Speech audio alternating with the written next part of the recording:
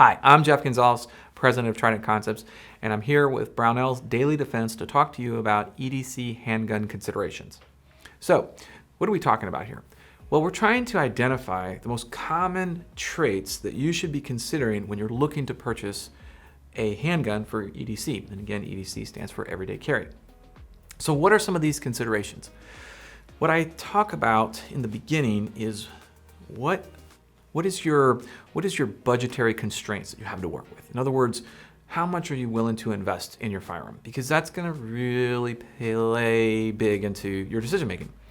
Obviously, we want to try to find the best deal, the most economical purchase, but we also need to be willing to address the fact that sometimes you get what you pay for.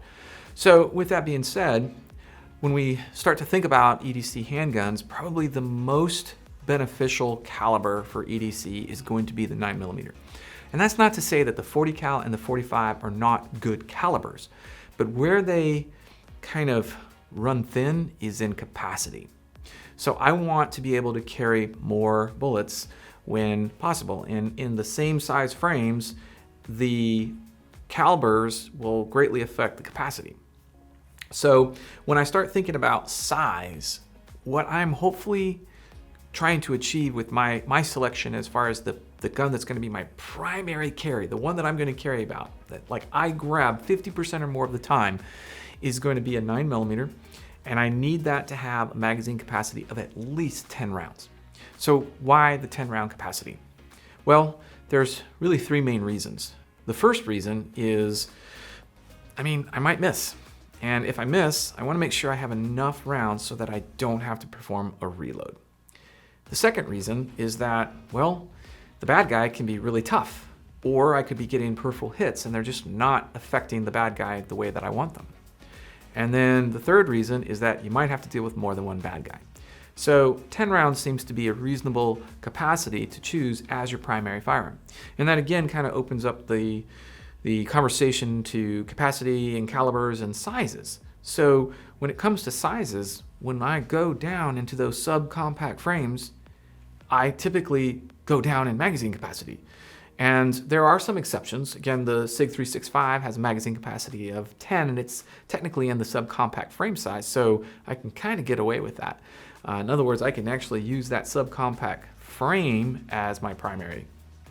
So when it comes to the sizes, I want to be able to match my needs with the size of the handguns that I have available. The other thing that we talk about is, well, how often are you going to carry? Are you going to carry every day? Are you going to carry when you consider it? Are you going to carry, maybe just on the weekends because work environment's so prohibitive? So you've got to factor that in because that's also going to play into the size and the capacity and what you might have available. One of the other things that we talk about are logistics. Whenever possible, try to stay with a bigger names. And the reason is not to take away from some of the fringe firearms, but the fact of the matter is that all your support and equipment companies are going to be focusing their efforts on what is selling, what are current buying trends. They're going to look at that. And when they find what those current buying trends are, they're going to develop their business plan around that. So if you're buying these fringe firearms, they might be good firearms, and there might be some considerations as to why you might want one, but then just realize that you're also putting yourself kind of in a pickle with regards to support and equipment. So can you still get enough magazines? Can you still get aftermarket sights? Can you still get aftermarket replacement parts that you might need down the road? That could be a tough thing. And then probably the last kind of like scenario that you might need to think about is longevity.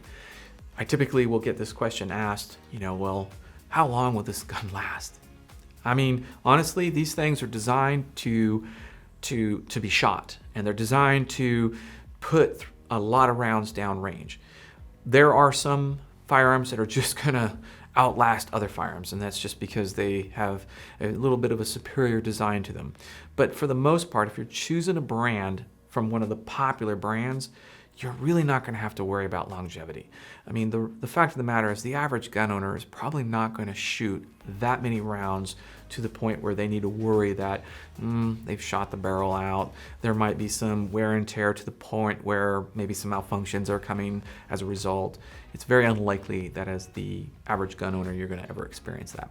So as you're starting to mull over the possible scenarios for your handgun selection, these are just some of the things to keep in mind.